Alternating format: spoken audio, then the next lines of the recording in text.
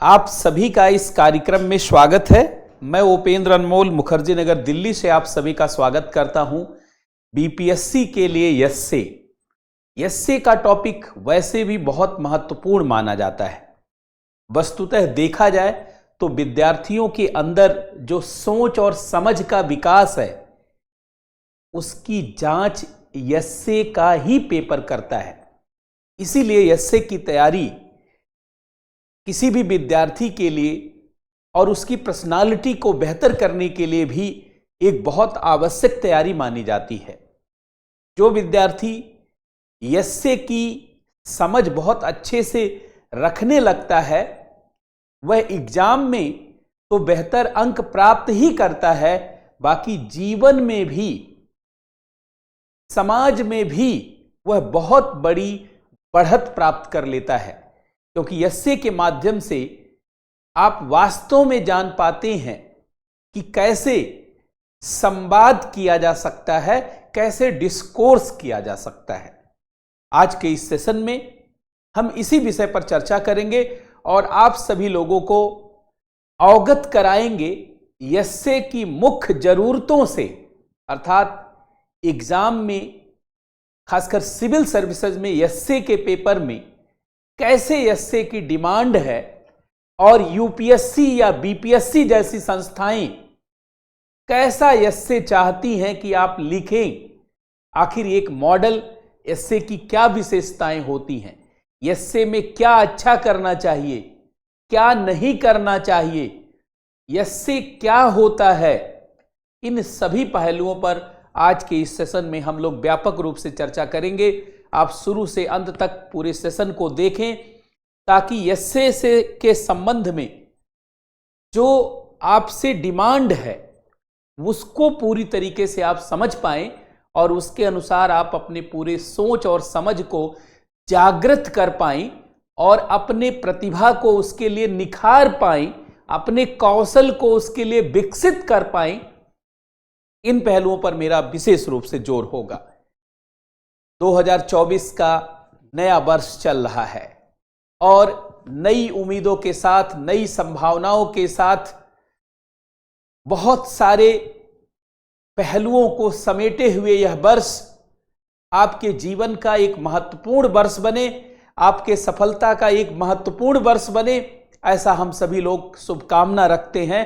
और इसी तरीके से आपके बेहतर जीवन की कामना करते हुए शिक्षा के क्षेत्र में सोच और समझ को जागृत करने के क्षेत्र में हम अपना योगदान देना चाहते हैं और इसके माध्यम से हम लोग उन सारे पहलुओं को उभारना चाहते हैं जो सिविल सेवा के लिए बहुत महत्व रखते हैं और सामान्यतः विद्यार्थी जिसे कई बार स्वयं से नहीं समझ पाता और कई बार उसे सही राइट गाइडेंस नहीं मिलने के कारण वह बहुत देर में इन सब चीज़ों को जान पाता है और तब तक बहुत समय बीत चुका होता है।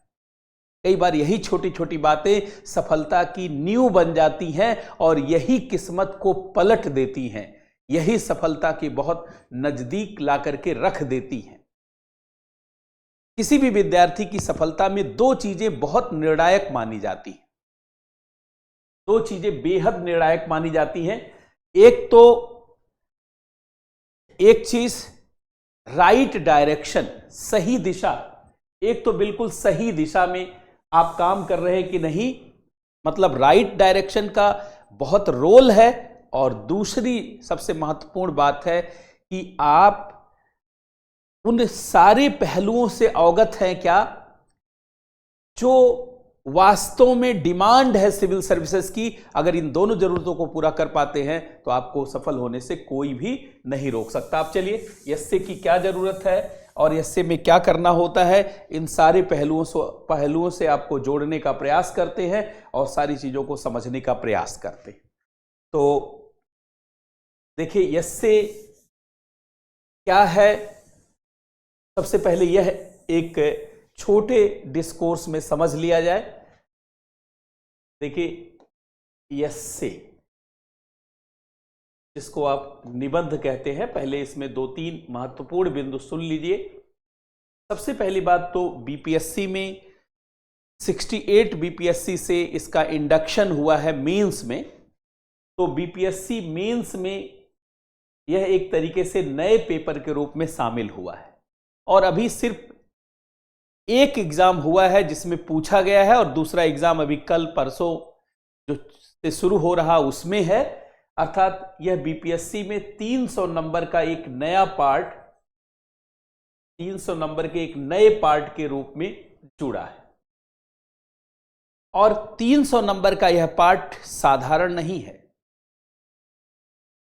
पूरे आपके किस्मत को पलटने की क्षमता रखता है। पूरे बीपीएससी में आपके रैंक को निर्धारित कर सकता है और आपके जीवन में ऐतिहासिक परिवर्तन कर सकता है, इसलिए बहुत महत्व रखता है। अब इसमें देखिए एसए में कुल 3 प्रकार का एसए बीपीएससी में पूछा जाता है। 2 एसए एकदम यूपीएससी जैसा है, ये यूपीएससी जैसा है, और तीसरा जो एसए है ये बिहार से संबंधित विषय से जुड़ा हुआ है। बिहार से संबंधित कोई विषय है, कोई लोकोक्तियां हैं, मुहावरे हैं, कहावत है, उनसे जुड़ा हुआ। ये बिहार से जुड़े विषय या समाज के अनुभव, विचार, इन सब से पूछा जाता है। ये पहला 2 एस्से और हर एस्से 100 नंबर का, सारा एस्से 100 मार्क्स का, 100 नंबर, 100 नंबर और 100 नंबर। कितनी महत्वपूर्ण बात है, 300 नंबर का एस्से है।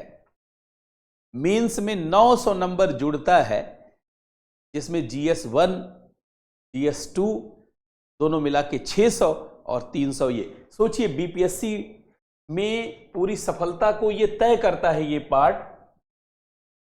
अर्थात अगर बीपीएससी में पूरी तरीके से देखा जाए तो बीपीएससी में GS1,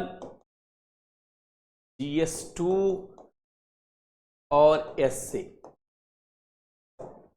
ये 300 नंबर जो जुड़ता है, जिसका मार्क्स, ये 300 नंबर और ये 300 नंबर, ये 300 नंबर, 300 नंबर, 300 नंबर, अर्थात ये 900 नंबर जुड़ता है। इसी के आधार पर मेरिट बनती है मेंस में। तो इस नाते यह बहुत निर्णायक है। आप सोचिए, अगर आप कभी इस बात पे विचार करें तो आपको आसानी से समझ में आ जाएगा कि पूरे GS1 पेपर को पढ़ने में कितना समय लगता है, पूरे GS2 पेपर को पढ़ने में कितना समय लगता है। कई विषयों को पढ़ना पड़ता है, तब जाकर के आपको ये 300 नंबर मिलता है। अब अगर GS1 में देखें तो हिस्ट्री और कल्चर पढ़ना पड़ता है, नेशनल और इंटरनेशनल करंट अफेयर पढ़ना पड़ता है, DI और स्टैट का पार्ट पढ़ना पड़ता है। ये पढ़ करके तब 300 नंबर मिल सकता है। और सेकंड पेपर में देखेंगे तो पॉलिटी और कॉन्स्टिट्यूशन पढ़ना पड़ता है, इकोनॉमी और ज्योग्राफी पढ़ना पड़ता है, साइंस एंड टेक्नोलॉजी पढ़ना पड़ता है। अर्थात ये 4 विषय पढ़ना पड़ता है, तब ये 300 नंबर मिल सकता है, मिलता है। लेकिन यहां पर मात्र 300 नंबर आपको एस्से में मिल जा रहा है।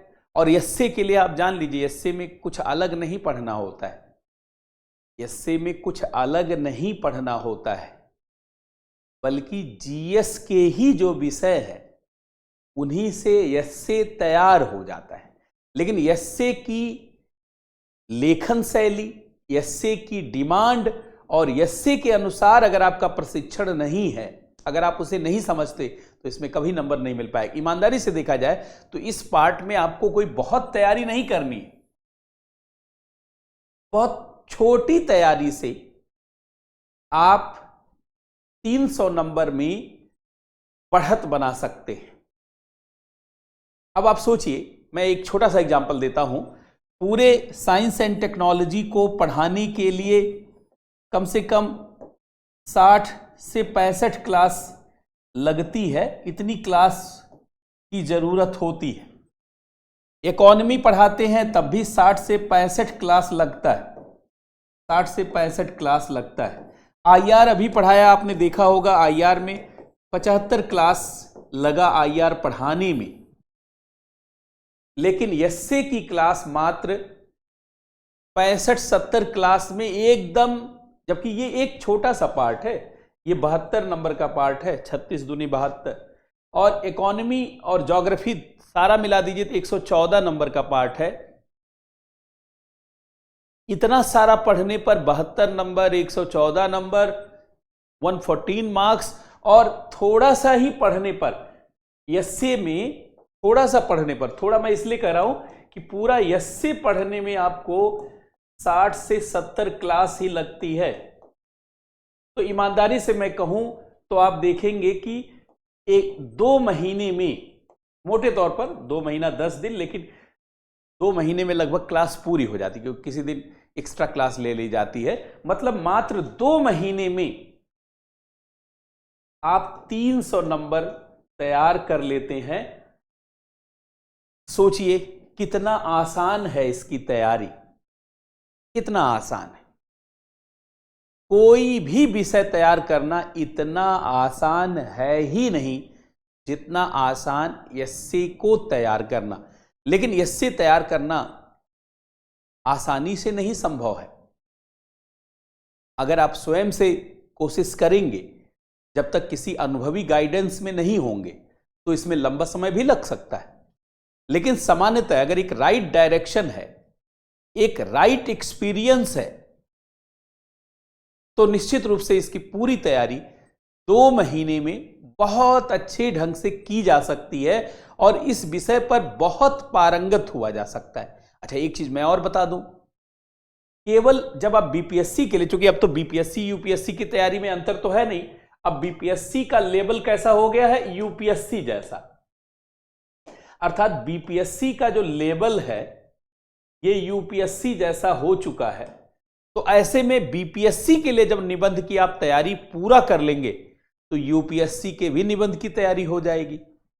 और अगर आप यूपीपीसीएस दे रहे होंगे तो उसके भी निबंध की तैयारी हो जाएगी। तो देखिए कितना फायदा है। अगर आप बीपीएससी के लिए निबंध की तैयारी करते हैं तो यहां तो 300 नंबर की तैयारी हो जाएगी, यहां तो 300 नंबर। यूपीएससी का एग्जाम देंगे तो उसमें 250 नंबर आपका पहले से तैयार हो जाएगा। मतलब आपको दोबारा नहीं पढ़ना पड़ेगा। खासकर मैं जिस तरीके से पढ़ाऊंगा, अभी आप देखेंगे उसका लेवल, क्योंकि मुझे 19 वर्षों का यूपीएससी में अनुभव है, लाखों विद्यार्थियों को पढ़ाने का। इस नाते आप देखेंगे कि अगर ये 300 नंबर की आप तैयारी करते तो यूपीएससी में 250 नंबर की आपकी तैयारी हो जाएगी। और यूपीपीसीएस में अगर आप यूपीपीसीएस देते हैं तो यहां भी 50-50 नंबर अर्थात 150 नंबर की तैयारी हो जाएगी। अर्थात अगर एक तैयारी आप बीपीएससी की करते हैं तो आप यूपीएससी के एग्जाम में इतनी बढ़त बना लेंगे और यूपीपीसीएस का एग्जाम देते हैं तो उसमें इतनी बढ़त बना लेंगे। तो एक तरीके से कहा जाए, आम के आम गुठलियों के दाम। अर्थात एक ही चीज पढ़ने से कितना लाभ है। और एक चीज और मैं आपको याद दिला दूं, यकीन मानिए एसए की तैयारी से आपकी पर्सनालिटी भी बहुत बेहतर हो जाएगी। बोलने की क्षमता, समझने की क्षमता, ब्रेन स्टॉर्मिंग की बहुत सारे डायमेंशन खुल जाएंगे। सोच और समझ का जागरण हो जाएगा। बहुत रैशनल तरीके से, तार्किक तरीके से किसी चीज को सोचा कैसे जाए, रोचक और क्रमबद्ध तरीके से किसी चीज को प्रस्तुत कैसे किया जाए, और सरल भाषा में आम आदमी को कोई चीज कैसे समझाई जा सकती है, यह कला भी इसके माध्यम से विकसित हो जाएगी। निबंध इसीलिए लाया भी गया है। निबंध प्रशासन में क्यों लाया गया? निबंध प्रशासन में इसीलिए लाया गया है ताकि प्रशासन में जाने वाला व्यक्ति इतना योग्य हो जाए कि आम आदमी से जब वो बातचीत करे तो आम आदमी उसकी बात को तुरंत समझ जाए। उसके लेवल पर, आम आदमी के लेवल पे जाकर के बातचीत करने की क्षमता, समझाने की क्षमता, अपनी बात को पहुंचाने की क्षमता एसए से ही आती है। मतलब देखा जाए तो इंटरव्यू की भी तैयारी इसके माध्यम से हो जाती। ये इंटरव्यू की तैयारी भैया इसके माध्यम से हो जाती। अगर यूपीएससी का इंटरव्यू देखेंगे तो 275 नंबर की तैयारी हो जाती है, और बीपीएससी का देखेंगे तो 120 नंबर की तैयारी हो जाती है। अर्थात देखा जाए तो इंटरव्यू के लेवल पर भी आपका जागरण हो जाता है, आपकी समझ हो जाती है। इस नाते इससे बहुत महत्वपूर्ण पार्ट माना जाता है, पूरी तैयारी का केंद्र कह सकते हैं, पूरी तैयारी का स्पाइनल कार्ड कह सकते हैं इस पार्ट को। अब जरा मैं आपको एक छोटी सी बात, सबसे पहले एस्से है क्या ये समझाते हुए पहले मैं इस विषय पे लाता हूं। देखिए एस्से को निबंध कहा जाता है, देखिए एस्से को निबंध कहा जाता है। तो सबसे पहली बात है इसके हिंदी और इंग्लिश दोनों शब्द को समझ लिया जाए। अब देखिए यहां निबंध देखेंगे हिंदी में तो ये दो शब्दों से मिलकर के बना हुआ है, नी और बंध। ध्यान से सुनेंगे, ये दो शब्दों से मिलकर के बना हुआ है। नी माने होता है विशेष और बंध माने बंधन। नी माने होता है विशेष और बंध माने बंधन। इसका मतलब क्या हो गया? विशेष बंधन। कौन सा विशेष बंधन? किसी टॉपिक से जुड़े हुए विषयों का, विषय वस्तु का जो बंधन है वही खोल देना निबंध कहलाता है। ये क्या है? विशेष बंधन, किसी विषय से जुड़ा हुआ विशेष बंधन, विशेष बंधन। अर्थात सीधे समझने के लिए, अर्थात किसी विषय में, टॉपिक में जो जानकारी है, जो समझ है, उससे जुड़ा हुआ जो सारा संदर्भ है उसी को खोल देना। किसी विषय, किसी टॉपिक या विषय से जुड़े विशेष समझ, ज्ञान जो उस टॉपिक से जुड़े हुए हैं, जो उस टॉपिक से जुड़े हैं उसी को खोल देना। किसी टॉपिक या विषय से जुड़े हुए विशेष समझ, ज्ञान को जो उस टॉपिक से जुड़े हैं उसी को खोल देना। यहां बल्कि लिख देते हैं ऊपर, उसी को खोल देना निबंध कहलाता है। उसी को खोल देना एस्से कहलाता है, निबंध कहलाता है। किसी टॉपिक या विषय से जुड़े विशेष समझ या ज्ञान को खोल देना। हर विषय की एक विशेष समझ होती है, हर विषय में एक विशेष समझ होती है, उसी समझ को उद्घाटित कर देना। हर विषय में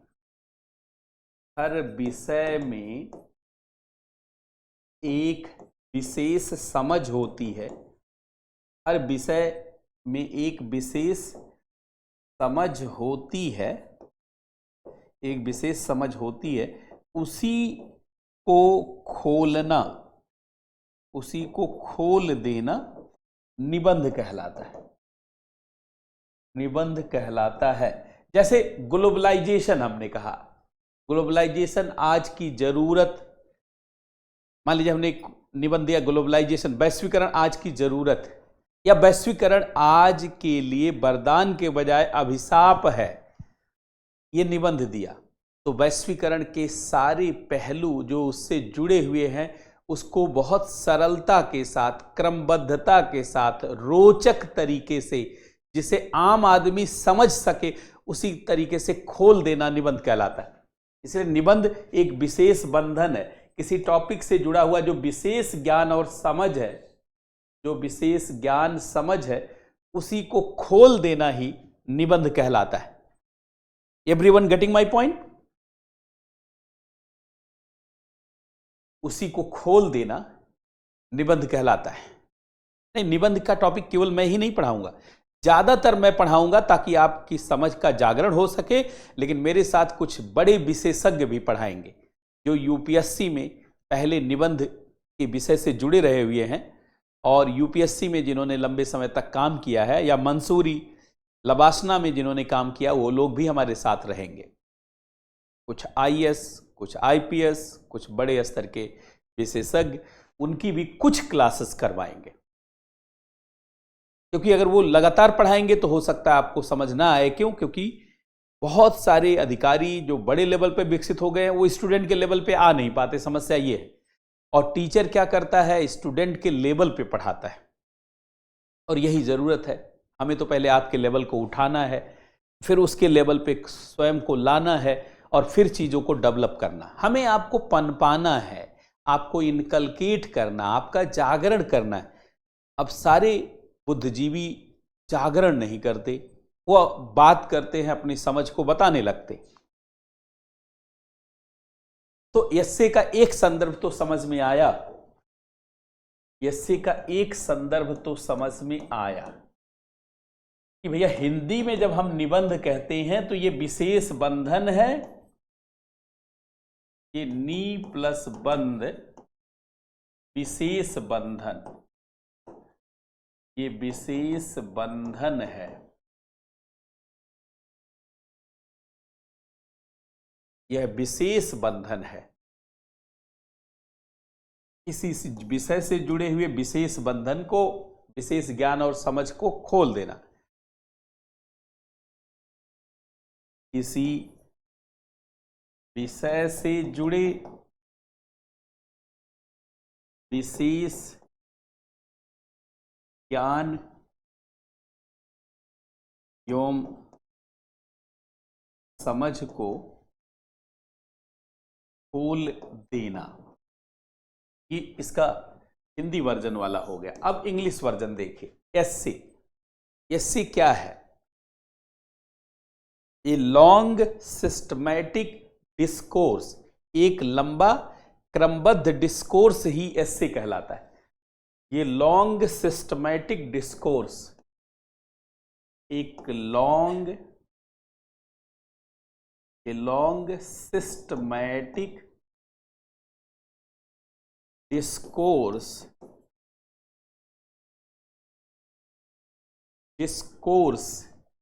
is called एस्से। एक लंबा क्रमबद्ध संवाद, कितनी खूबसूरत बात, एक लंबा क्रमबद्ध संवाद, एक लंबा क्रमबद्ध संवाद ही एस्से कहलाता है। एस्से कहलाता है। एक लंबा क्रमबद्ध संवाद एस्से कहलाता है। ये long systematic discourse is called essay. एक लंबा क्रमबद्ध संवाद, जरा ध्यान देंगे, बड़ा गहरा शब्द है इसमें। एक शब्द है संवाद और एक शब्द है क्रमबद्ध। ये जान है पूरी एस्से की, ये जान है एस्से की। लंबा क्रमबद्ध संवाद, लंबा क्रमबद्ध संवाद, ये long systematic discourse is called essay. एक लंबा क्रमबद्ध संवाद। अब जरा ध्यान से सुनेंगे, इसी चीज को समझाते। यहां से एक बात तो समझ में आ गई कि एस्से क्या है, एक डिस्कोर्स है, लॉन्ग सिस्टमैटिक डिस्कोर्स है। ये लॉन्ग सिस्टमैटिक डिस्कोर्स, एक लंबा क्रमबद्ध संवाद, एक लंबा क्रमबद्ध संवाद।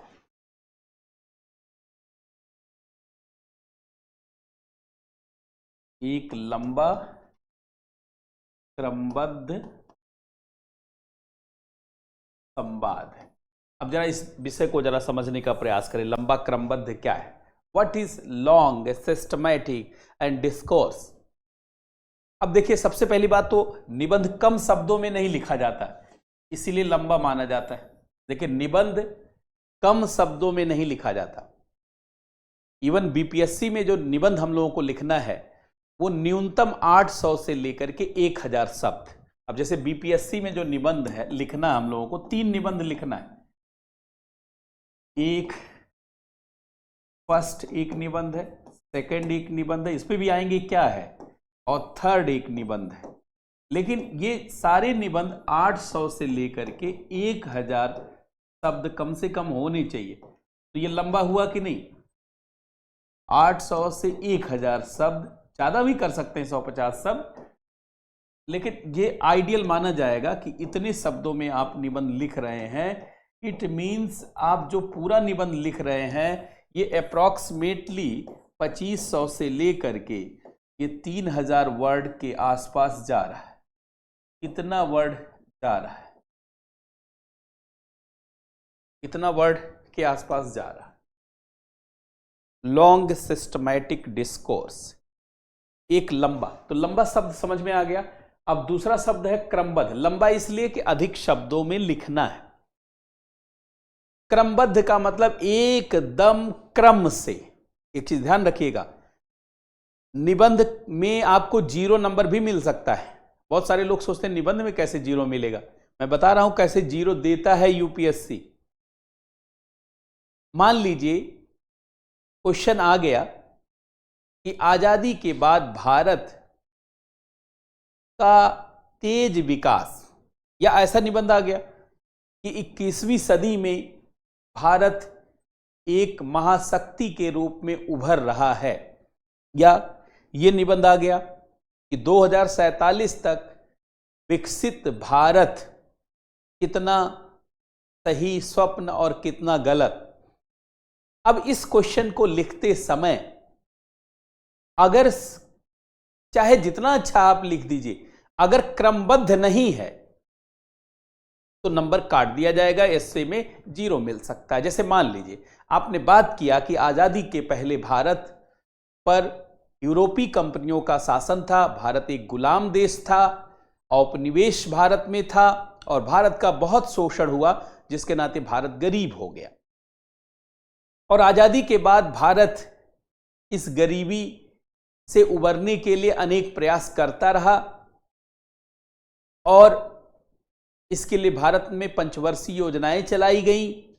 धीरे धीरे कई सारी समस्याओं से उबरने में थोड़ा बहुत मदद मिली, लेकिन 1991 में जब वैश्वीकरण को अपनाया गया, पूरी दुनिया के लिए भारत के बाजार को खोल दिया गया, तो भारत में संसाधनों का तेजी से प्रवाह बढ़ा और भारत की इकोनॉमी बूस्ट करने लगी। मार्केट के नाते विदेशी निवेश, व्यापार, तमाम संभावनाओं के कारण भारत की अर्थव्यवस्था का उभार होने लगा। लेकिन अर्थव्यवस्था में अनेक क्षेत्रों के विकसित नहीं होने के कारण भारत को उतना लाभ नहीं मिल पा रहा था। लेकिन पिछले कुछ वर्षों में भारत की सरकार ने आधारभूत संरचना, ऊर्जा, सुरक्षा, आवश्यक तकनीकी विकास जैसे अनेक चीजों पर ध्यान दिया, जिसके नाते भारत की अर्थव्यवस्था तेजी से आगे बढ़ी। ये सब आप लिख रहे हैं तो सिस्टमैटिक लग रहा है, लेकिन लिखते लिखते फिर आप आगे को 1980 में भारत में तकनीकी के लिए पहल की गई और फिर आप 1980, 1960 दोबारा बात करने लगे। जो उस सिस्टम में नहीं है तुरंत नंबर काट दिया जाएगा, क्योंकि कोई भी चीज क्रमबद्ध तरीके से करिए, एक एक स्टेप की चर्चा करिए। आजादी के बाद का काल क्या था, 1991 के वैश्वीकरण के बाद का काल क्या था, कोरोना के बाद का काल क्या था। ऐसा नहीं कि पहले आप ग्रेजुएशन की बात करिए, पोस्ट ग्रेजुएशन की बात करिए और बाद में कह दीजिए मैंने पहली भी पास किया है। क्रमबद्धता दिखनी चाहिए आपके पूरे निबंध में। पूरे निबंध में एक सिस्टम दिखना चाहिए, एक क्रम दिखना चाहिए। यह निबंध की सबसे बड़ी पहचान होती है, इसीलिए क्रमबद्धता बहुत जरूरी। और संवाद, संवाद का मतलब बातचीत की शैली में निबंध लिखा जाता, बातचीत जैसे की जाती। यह संवाद का मतलब होता है बातचीत, बातचीत। और क्रमबद्धता का मतलब होता है क्रमवार, और लॉन्ग का मतलब होता है लंबा, छोटा मोटा नहीं लिखना है। इसका मतलब एक चीज तो समझ में आ गया कि निबंध क्या है, बोलिए निबंध क्या है? निबंध एक डिस्कोर्स है, संवाद है एक। और संवाद किससे है? आम आदमी से। आम आदमी से संवाद है, आम आदमी से बातचीत है। निबंध आम आदमी से बातचीत की शैली है, आम आदमी से बातचीत की शैली है। सीधे लिख देते हैं ताकि कोई भ्रम रह ही ना जाए। बातचीत की शैली है, स्टाइल है। आम आदमी से बातचीत की शैली में अगर लिखने की कला विकसित कर लेते हैं तो निबंध में आपको 80%, 90% तक नंबर मिल सकता है। और छोड़िए, बहुत लोग एक लोगों ने मुझसे कहा सर कैसे 80% नंबर मिल सकता है, मैं मान नहीं सकता। हमने कहा बिल्कुल मिल सकता है, आपको मानना पड़ेगा। लेकिन जब इसके सारे पहलुओं, सारे डायमेंशन को आप सीख लेंगे तभी। अब देखिए, आम आदमी की शैली में, आम आदमी से बातचीत की शैली में पूरा ऐसे लिखा जाता है, लेकिन आम आदमी की बातचीत की शैली में लिखा जाता है, लेकिन मानक शब्दों का प्रयोग किया जाता है। मानक शब्द का प्रयोग, मानक शब्द का प्रयोग, सरल शब्दों का प्रयोग। मानक शब्द ही होगा लेकिन सरल शब्दों का प्रयोग, सरल शब्दों का प्रयोग। अच्छा, और आम आदमी कब आपकी बात समझेगा? जब रोचक शैली में होगा, उदाहरण के साथ, कथन के साथ, एग्जाम्पल के साथ, रोचक शैली में, रोचक तरीके से, रोचक तरीके से और क्रमबद्ध। अगर क्रमबद्ध नहीं बताएंगे तो आम आदमी बात समझ नहीं पाएगा। क्रमबद्ध तरीके से, क्रमबद्ध और लंबा करके बात बताएंगे। छोटी बात आम आदमी नहीं समझ पाता, छोटे में वो विद्वान नहीं है जो एक लाइन में समझ जाएगा। इसलिए लंबी बातचीत करिए, लंबी बातचीत, लंबी बातचीत। देखिए, मानक शब्दों में, सरल शब्दों में, रोचक तरीके से, क्रमबद्ध तरीके से लंबी बातचीत करिए, तभी आम आदमी आपकी बात समझ पाएगा। और आम आदमी जब आपकी बात समझ पाएगा, समझ लीजिए आपका निबंध पूरा हुआ। समझिए आपका निबंध पूरा हुआ, निबंध का गोल पूरा हुआ। एक पैराग्राफ में, अभी मैं सारी चीज पे चर्चा करूंगा, एक पैराग्राफ 60-70 शब्दों का आइडियल माना जाता है। तो निश्चित रूप से 15 से 20 पैराग्राफ, 15 से 20 पैराग्राफ के बीच निबंध सबसे अच्छा निबंध माना जाता है। देखिए, पहली बात तो इतना समझिए, निबंध होता क्या है? निबंध होता है आम आदमी से बातचीत। आम आदमी से बातचीत करना है, लेकिन लोकल भाषा में नहीं बातचीत करना, मानक शब्दों का प्रयोग करते हुए। अगर हिंदी मीडियम है तो हिंदी के मानक शब्द, इंग्लिश मीडियम है तो इंग्लिश के मानक शब्द, सरल शब्दों में बात करना, नहीं आम आदमी समझ नहीं पाएगा। कई लोग तो अपने भाषा के नाते निबंध में पूरा अंक गंवा देते, कहते मैं बहुत स्टैंडर्ड बात करता। करिए भी स्टैंडर्ड बातचीत। कठिन स्टैंडर्ड बातचीत करना और कठिन बातचीत करना दो अलग चीज है। रोचक तरीके से बात करना होता। अगर कोई बात रोचक नहीं लग रही है, चाहे जितना अच्छा निबंध है, नंबर काट दिया जाएगा। और क्रमबद्ध तरीके से, क्योंकि आम आदमी कोई चीज क्रम से होगा तभी समझ पाता, नहीं तो कहेगा अरे बाप रे बाप क्या बोल दिया। वो कोई आइंस्टीन नहीं है जो एक लाइन बोल देंगे कहेगा ओके। आइंस्टीन को आप कहते हैं fx इक्वल्स टू x⁻x, तो आइंस्टीन कहते ओके, सॉल्व करना शुरू कर देते। और लंबी बातचीत करना पड़ेगा, आम आदमी जल्दी नहीं समझता, तो लंबी बातचीत करना पड़ेगा। अगर इतनी बात समझ जाते हैं, यही निबंध की जान है। अब निबंध को पढ़ाना आसान हो जाएगा अगर ये बात समझ गए कि निबंध आम आदमी के साथ बातचीत की एक शैली है, बशर्ते लिखित रूप से। आम आदमी सामने नहीं है, आम आदमी सामने नहीं है, आम आदमी है लेकिन सामने नहीं है, उसी से बातचीत करना है, उसी से बातचीत की शैली। Are you getting my point? अच्छा, कई सारे लोग आर्टिकल और निबंध के बीच अंतर नहीं समझते। आर्टिकल माने लेख है, और निबंध एस्से मीन्स निबंध। अब देखिए ध्यान से सुनेंगे, ये दोनों बात को आप पहले क्लियर कर लें, दोनों का अर्थ समझ लें कि बेसिकली निबंध क्या है और लेख क्या है। देखिए ये दोनों में जमीन आसमान का अंतर है, एस्से और निबंध में जमीन आसमान का अंतर है। जो लेख है इसमें ज्ञान का परीक्षण किया जाता है, इसमें ज्ञान का परीक्षण किया जाता है। ये आपके कोर्स में नहीं है, ये पेपर ओपर में लेख लिखते हैं लोग, अखबार में। इसमें ज्ञान का परीक्षण किया जाता है, इसमें वस्तुनिष्ठता होती है,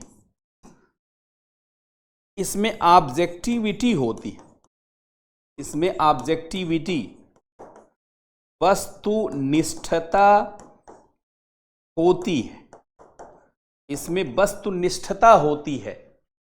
लेकिन इसमें ज्ञान और समझ के मौलिक विकास का परीक्षण किया जाता है। ज्ञान एवं समझ का मौलिक विकास है क्या? जब मौलिक विकास होगा तभी आम आदमी को समझा पाएंगे। खाली ज्ञान होगा, ये तो बड़े बड़े विद्वान पेपर में लेख लिखते हैं, स्टूडेंट नहीं समझ पाते। कई बार आते कहते हैं सर इस लेख में ये लाइन क्या लिखा हुआ है। सोचिए लेख की लाइन टीचर से पूछना पड़ता है, क्योंकि वो आर्टिकल है, वो एस्से नहीं है। इसमें ज्ञान एवं समझ के मौलिक विकास कि आपने कैसे समझा है, उसमें ज्ञान और समझ के मौलिक विकास का परीक्षण किया जाता है, का टेस्ट किया जाता है। और ये सब्जेक्टिविटी होती है इसमें, यहां पे इसमें सब्जेक्टिविटी होती, ध्यान से सुनिएगा, ऑब्जेक्टिविटी नहीं है, सब्जेक्टिविटी होती है, इसमें सब्जेक्टिविटी होती। ध्यान से सुनना सारी बात को। देखिए इसमें सूचना का, तथ्य का प्रयोग कर सकते, इसमें सूचना की भरमार होती, क्योंकि ज्ञान में इसमें सूचना, तथ्य, डाटा की भरमार होती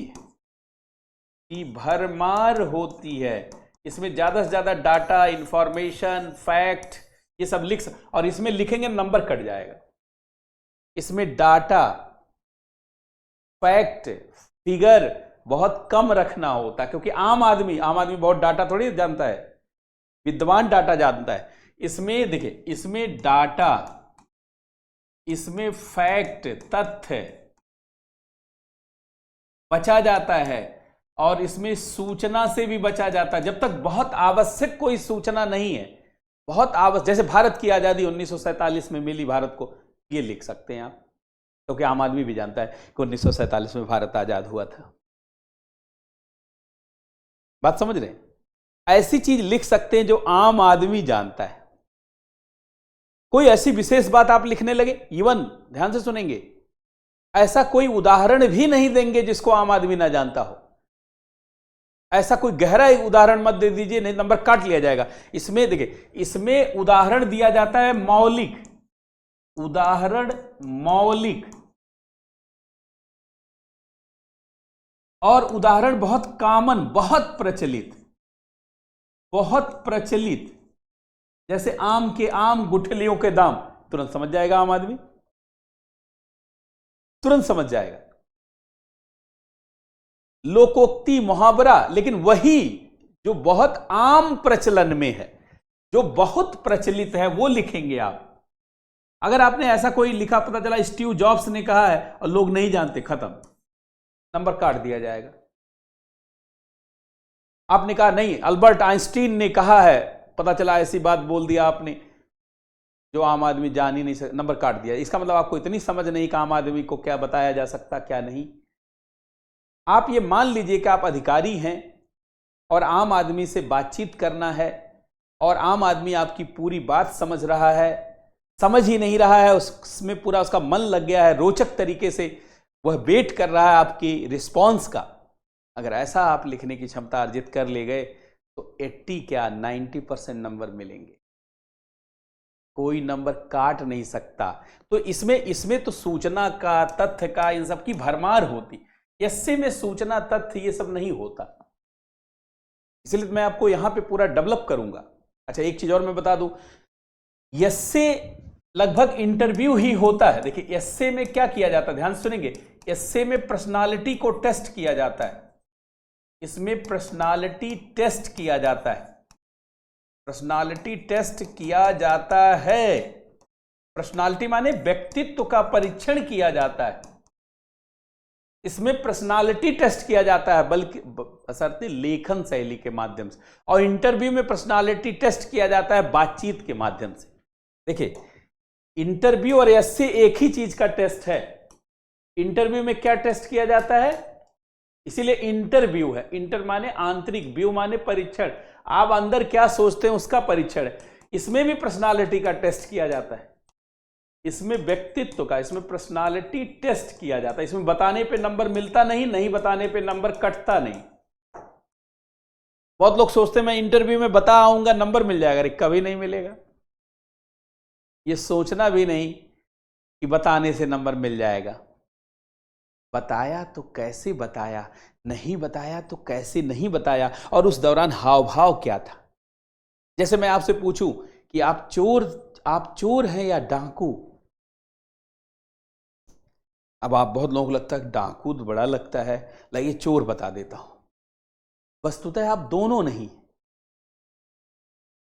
तो ऐसे में आप एक मौलिक जवाब दें, आप इंटरव्यूअर के प्रश्न में ना फंसें, या आपसे क्वेश्चन पूछा जाए कि आपको आईएएस क्यों बनाया जाए, वो जानता है कि अभी ये कहेगा तुरंत देश की सेवा करने के लिए और ऐसे विकसित करने के लिए। कौन नहीं ये सब बातें बोलेगा। जो डकैती करना चाहता है वो भी कहता है मैं देश की सेवा करना चाहता हूं, क्योंकि कई शब्द बोले नहीं जाते। जैसे मान लीजिए जो 100 करोड़ चुराना चाहता होगा, भ्रष्टाचार करना, वो इंटरव्यू में थोड़ी कहता है कि सर मैं थोड़ा सा 100 करोड़ निकालूंगा अभी, और थोड़ा सा 5-6 घर भी बनाऊंगा, 10-20 गाड़ी खरीदूंगा और इसके बाद ईमानदारी करूंगा। ऐसा तो कोई बोलता नहीं। जो ऐसा करना चाहता वो भी नहीं बोलता। तो ऐसी स्थिति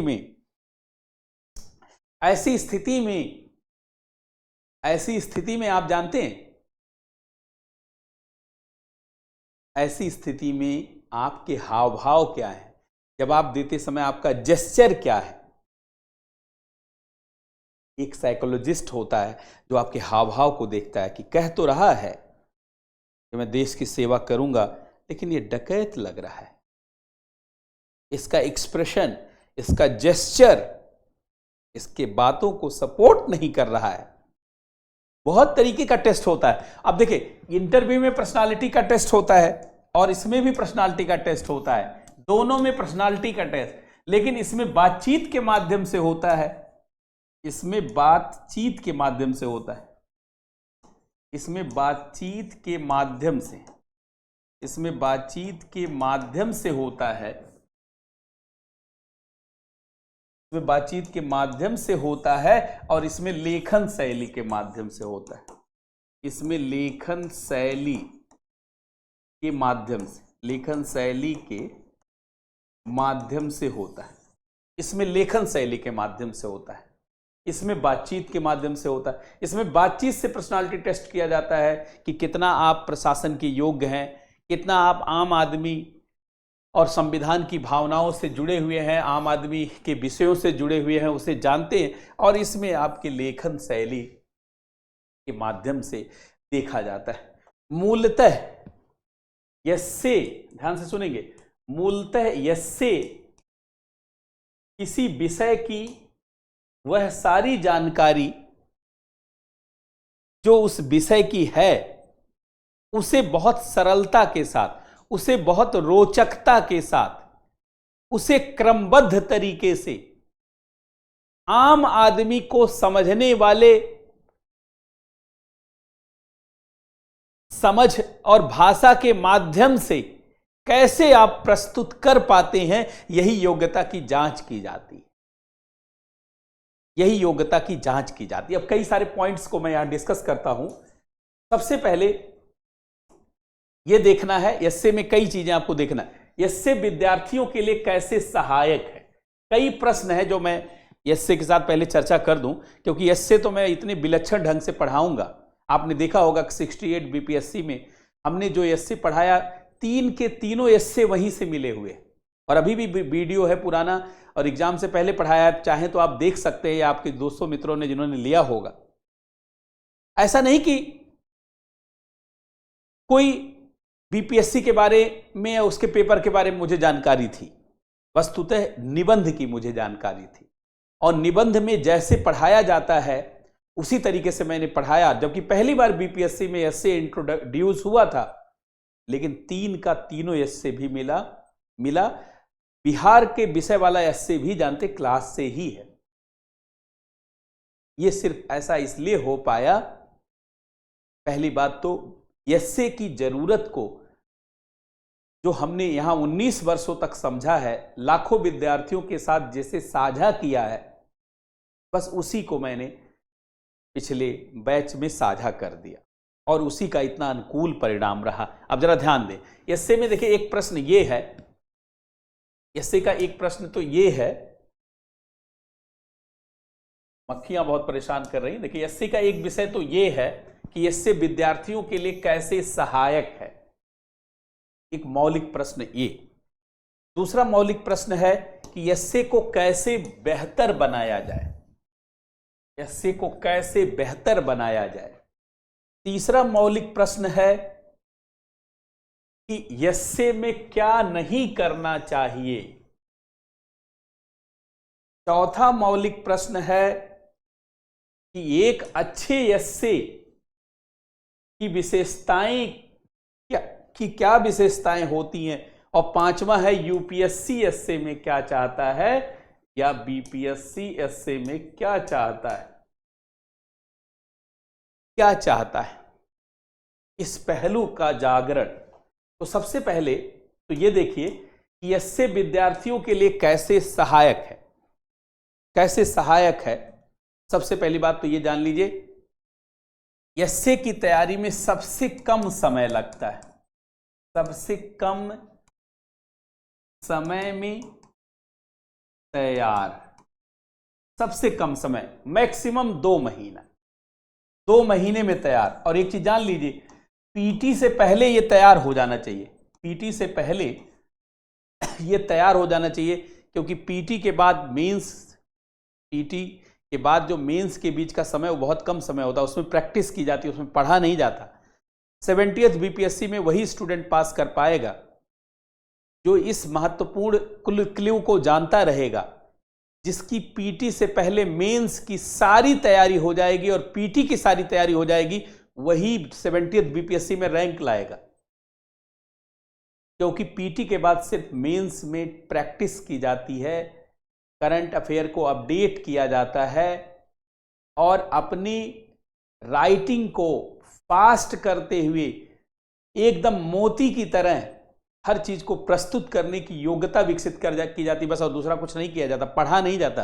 पढ़ने के काम को 30 सितंबर से पहले खत्म करो, ये लक्ष्य लेकर के चले। तो सबसे पहली बात तो जो है, ये सबसे कम समय में तैयार हो जाता, सबसे कम समय लगता है, सबसे अधिक अंक इसमें मिलता है, सबसे अधिक अंक प्राप्त होता है। अच्छा, सोच और समझ का मौलिक जागरण होता है, सोच और समझ का, सोच एवं समझ का मौलिक जागरण होता है, बेसिक एकदम मौलिक जागरण होता है, सोच और समझ का मौलिक जागरण होता है। एकदम मौलिकता के साथ सोच और समझ विकसित हो जाती है। लेखन शैली में सुधार होता है, लेखन शैली में सुधार, शैली में सुधार होता है। अच्छा, जीएस भी तैयार हो जाता है, जीएस का पार्ट, क्योंकि टॉपिक तैयार हो जाता है इसके साथ, जीएस का पार्ट तैयार हो जाता है और रैंक बेहतर आती है इसके माध्यम से, रैंक में बढ़ोतरी मिलती है, रैंक में छलांग लगती है, रैंक में बढ़ोतरी आती है, रैंक में बढ़ोतरी आ जाती है। एक चीज ध्यान रखेंगे, इससे रैंक को बेहतर करने में बहुत आसानी होती है।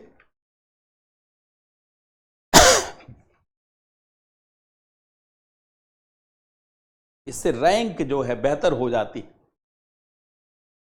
तो ये एसए विद्यार्थियों के लिए ऐसे सहायक है। अब एस्से को कैसे बेहतर बनाया जाए, इस पहलू को जानते हैं, आप समझें कि एस्से को कैसे बेहतर बनाया जा सकता है। सबसे पहली बात तो संवाद शैली में संवाद शैली में लेखन की क्षमता विकसित करना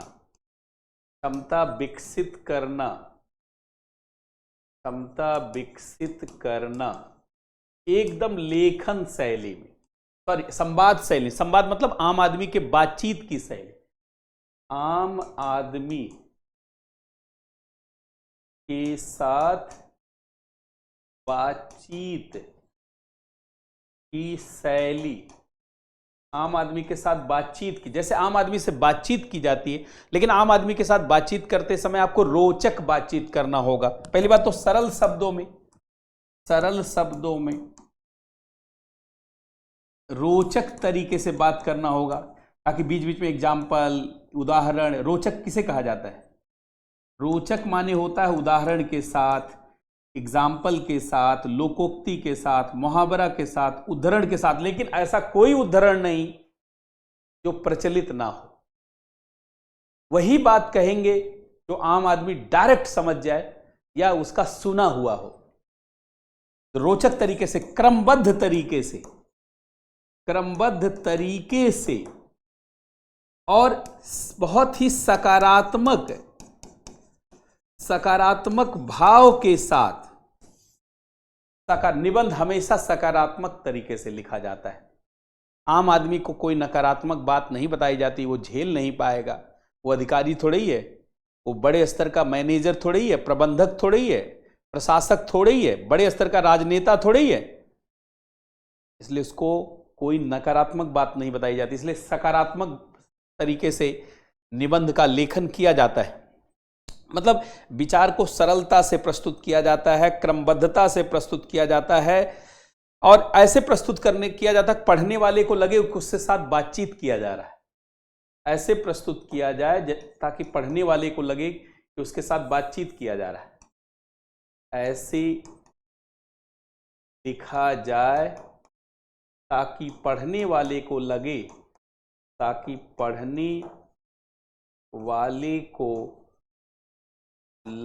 कि उसके साथ बातचीत की जा रही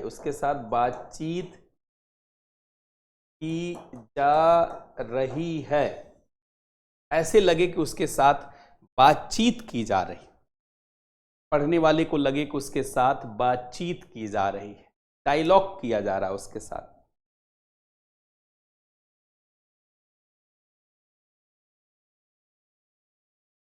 बातचीत किया जा रहा है। अच्छा, निबंध में सूचनाओं, तथ्यों, डाटा का ज्यादा प्रयोग ना करें जब तक बहुत आवश्यक ना लगे। एस्से में सूचना, तथ्य, डाटा का प्रयोग करने से बचें। जबकि जीएस में हम लोग जीएस में क्या कहते हैं कि ज्यादा से ज्यादा प्रयोग करें, इसमें उलट बोल रहे हैं कि बचे जब तक बहुत आवश्यक ना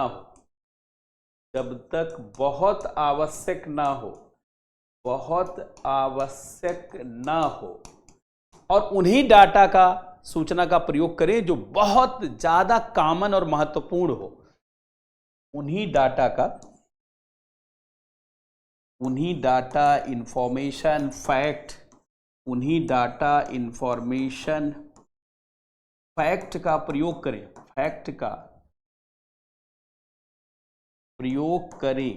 जो बहुत कॉमन हो।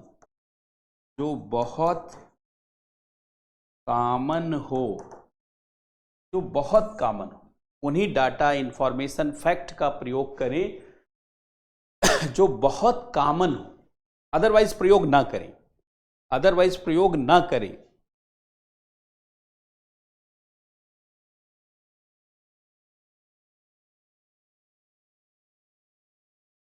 और निबंध में एक चीज ध्यान रखें, निबंध को हमेशा सकारात्मक तरीके से लिखा जाता है। निबंध में आलोचना बहुत कम की जाती है। या आवश्यक आलोचना। निबंध में आलोचना से बचे, आलोचना से बचें। जब तक बहुत आवश्यक आलोचना ना हो तब तक करें ही ना। जब तक बहुत आवश्यक आलोचना ना हो तब तक बचें, तब तक करें ही नहीं। जब तक बहुत आवश्यक नहीं हो तब तक आलोचना से एकदम बचिए, आलोचना नहीं कीजिए। समस्या खड़ी करने के बजाय समस्या का समाधान दिया जाता है।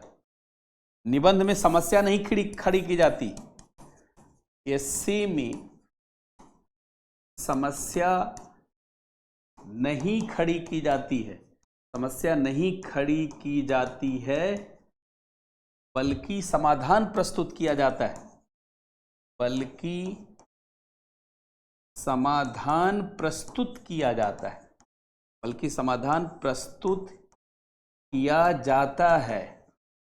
समस्या नहीं खड़ी की जाती है बल्कि समाधान प्रस्तुत किया जाता है। कोई समस्या नहीं खड़ी की जाती, समाधान प्रस्तुत किया जाता है। और कोई अतिवादी विचार, उत्तेजक विचार नहीं दिया जाता, संतुलित विचार दिया जाता है, क्योंकि आम आदमी से उत्तेजनापूर्ण बात नहीं की जाती। कोई उत्तेजक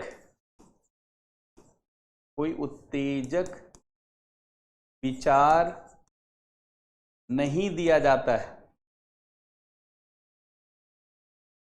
संतुलित विचार दिया जाता है, संतुलित दृष्टिकोण, संतुलित विचार दिया जाता है, संतुलित विचार दिया जाता है, संतुलित विचार दिया जाता है। कोई उत्तेजक विचार नहीं, संतुलित विचार दिया जाता है।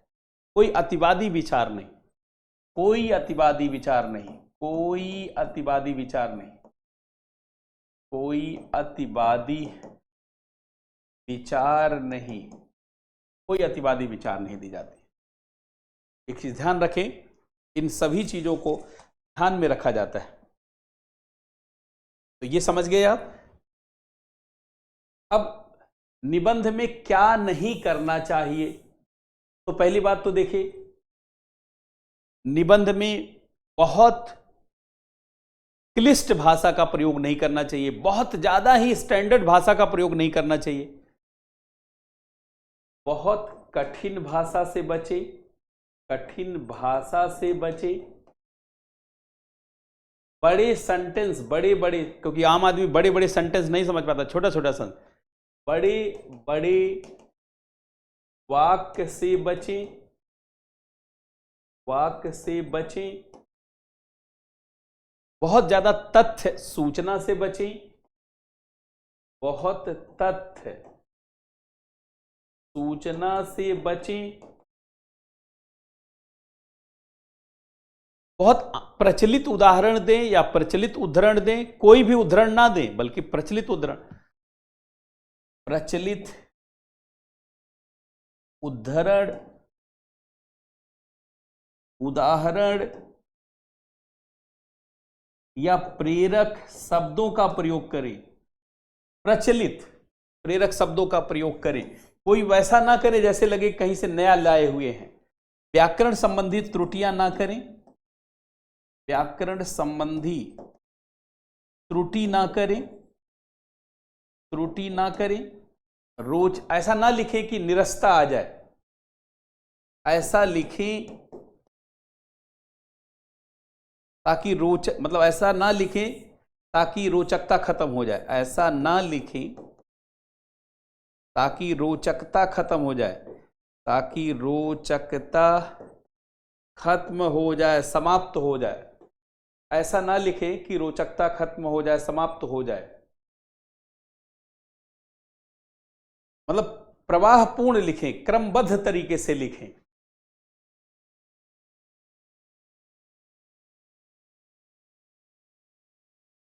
अब एक अच्छे निबंध की क्या विशेषता होती? सबसे पहली बात, संवाद शैली में हो, संवाद शैली में हो, क्रमबद्ध हो, रोचक हो, रोचक हो, बहुत कम तथ्य का सूचना का प्रयोग हो, बहुत कम तथ्य सूचना का प्रयोग हो, छोटे सेंटेंस हो, छोटे वाक्य हो,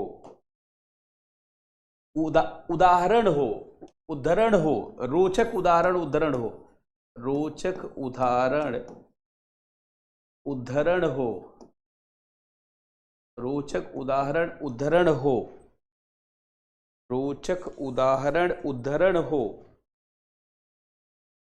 अगर कोई एग्जाम्पल देना है तो सरकारी नीतियों, योजनाओं, कार्यक्रमों का हो।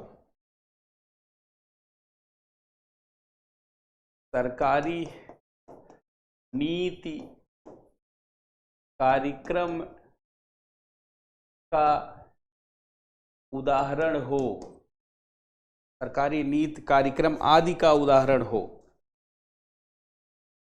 सरकारी नीति कार्यक्रम आदि का उदाहरण हो। मतलब ऐसी चीज हो जो बहुत बेहतरी की तरफ ले जाए। इंट्रोडक्शन, ऐसे में जानते हैं इंट्रोडक्शन रोचक हो, ऊर्जावान हो। इसमें देखिए इंट्रोडक्शन जोरदार होना चाहिए, जोरदार हो, रोचक हो, संक्षिप्त हो, टॉपिक की समझ क्लियर करता हो, क्लियर कर दे, टॉपिक की समझ को एकदम क्लियर कर दे।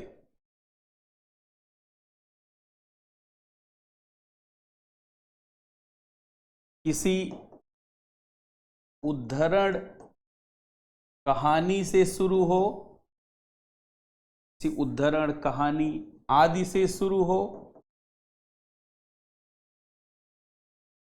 ऐतिहासिक या दार्शनिक संदर्भों को दर्शाता हो, ऐतिहासिक या दार्शनिक संदर्भों को दर्शाता हो, संदर्भों को दर्शाता हो।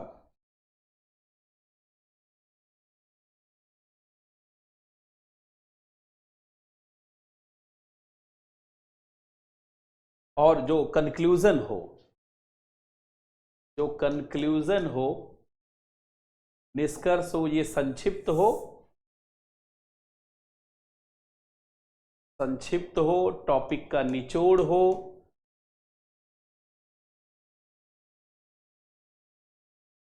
सकारात्मकता को दर्शाता हो, सकारात्मकता को दर्शाता हो, सकारात्मकता को दर्शाता हो, भविष्य उन्मुखी निष्कर्ष हो,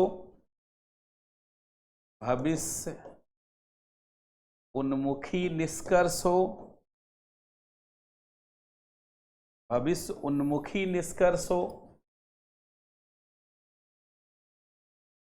भविष्य उन्मुखी निष्कर्ष हो,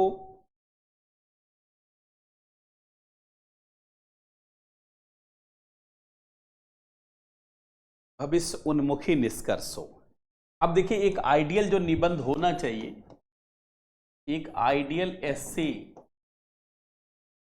ये करीब 800 से 1000 शब्द, बीपीएससी की बात हो रही है, इतने शब्द में हो और 15 से 20 पैराग्राफ में हो, पैराग्राफ में हो, और आवश्यक जो महत्वपूर्ण शब्द हैं, सेंटेंस हैं, वो अंडरलाइन किए हों, महत्वपूर्ण शब्द, वाक्य अंडरलाइन किए हुए हों, अंडरलाइन किए हों, और रोचक शैली, सरल शब्दों में हो, सरल शब्द, ये जो मैं बार बार यूज कर रहा हूं, रोचक शब्द और क्रमबद्ध तरीके से हो, क्रमबद्ध तरीके से हो, एकदम क्रमबद्ध। आम आदमी जिसे समझ कर, आम आदमी जब पढ़ा जाए तो लगे हमसे बातचीत किया जा रहा है, संवाद शैली, संवाद शैली में हो, ये एकदम इसकी विशेषता है। ये एक आइडियल एस्से में इसको देखा जाता है। अब एस्से में यूपीएससी क्या चाहता है? देखिए यूपीएससी क्या चाहता है कि कैसे आप, अर्थात एस्से में आप क्या करें। पहली बात तो यूपीएससी या बीपीएससी ये चाहता है कि आप एक जैसे विषयों पर एस्से ना लिखें। जैसे 3 एस्से लिखें तो 3 अलग अलग विषयों पर, एक जैसे विषय पर एस्से ना लिखें, एक जैसे टॉपिक पर, ताकि आपके व्यक्तित्व के बारे में उसको जानकारी हो ना। एक जैसे टॉपिक पर एस्से ना लिखें। 3 है तो 3 अलग अलग टॉपिक पर लिखें, या कम से कम 2 टॉपिक पे लिखें। कोई विज्ञान का हो तो कोई अर्थव्यवस्था का हो तो कोई समाज का हो। तो एक जैसे टॉपिक पर एस्से नहीं लिखना चाहिए। दूसरा, विषय के साथ जो विषय है उसकी मौलिक समझ से आप जुड़े हों। तो विषय की मौलिक समझ, विषय की मौलिक समझ हो, ये चाहता है कि विषय की मौलिक समझ हो, विषय की मौलिक समझ हो, और जो विषय आपने चुना है उसके उदाहरण, उसके उद्धरण एकदम प्रासंगिक हो। दिए गए उदाहरण उद्धरण प्रासंगिक हो, रिलेवेंट हो, प्रासंगिक हो। दिए गए उदाहरण उद्धरण सब प्रासंगिक हो, दिए गए उदाहरण उद्धरण प्रासंगिक हो,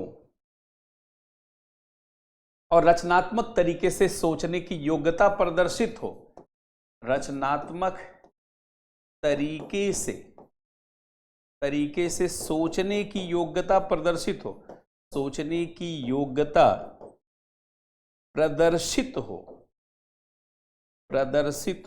रचनात्मक तरीके से सोचने की योग्यता प्रदर्शित हो, और विचारों को संक्षेप में प्रभावी तरीके से, विचारों को संक्षेप में प्रभावी तरीके से प्रस्तुत करने की योग्यता हो। विचारों को संक्षेप में एवं प्रभावी तरीके से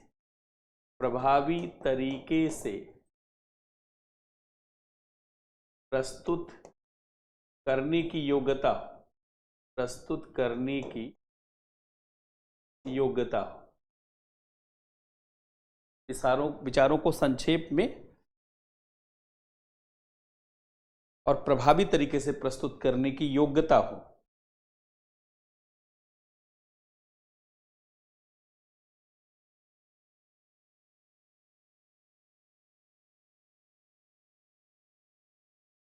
ये यूपीएससी या बीपीएससी चाहता है। अब देखिए एक चीज ध्यान रखें, अब हम लोग इसको कैसे आगे ले जाएंगे, इसको जरा आप समझ लीजिए। हम लोग इसको कैसे समझेंगे, कैसे इसको जानेंगे।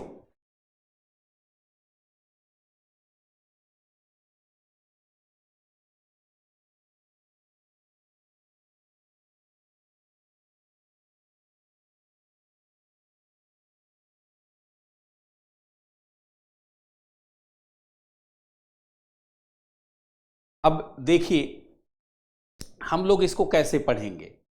पहली बात तो इसकी सारी बेसिक्स और बहुत सारे टॉपिक तो मैं ही क्लियर करवाऊंगा, ताकि एस्से की मूल अवधारणाओं से आपको जोड़ ले जाऊं।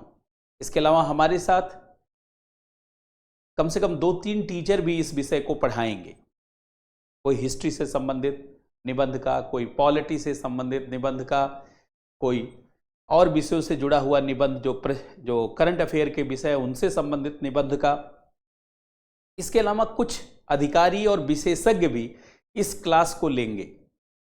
यूपीएससी में पहले से जो लोग काम करते रहे हैं, या अभी उनमें से कुछ लोग काम करते हुए, मंसूरी में जिन्होंने यूपीएससी में के सेलेक्ट होने के बाद जो लोग आईएएस का प्रशिक्षण देते हैं, ऐसे भी कुछ विद्वान, कुछ विशेषज्ञ भी इस क्लास को लेंगे, ताकि हर तरीके से आपके सोच और समझ का जागरण किया जा सके। आपके सोच और समझ को उभारा जा सके। आप सभी को ज्ञात है कि हम लोगों ने इसकी फीस बहुत कम रखी हुई है। जो विद्यार्थी इस विषय से जुड़ना चाहते हैं तो देखिए, ऐसे फीस 12,000 रुपये इसकी है, लेकिन अभी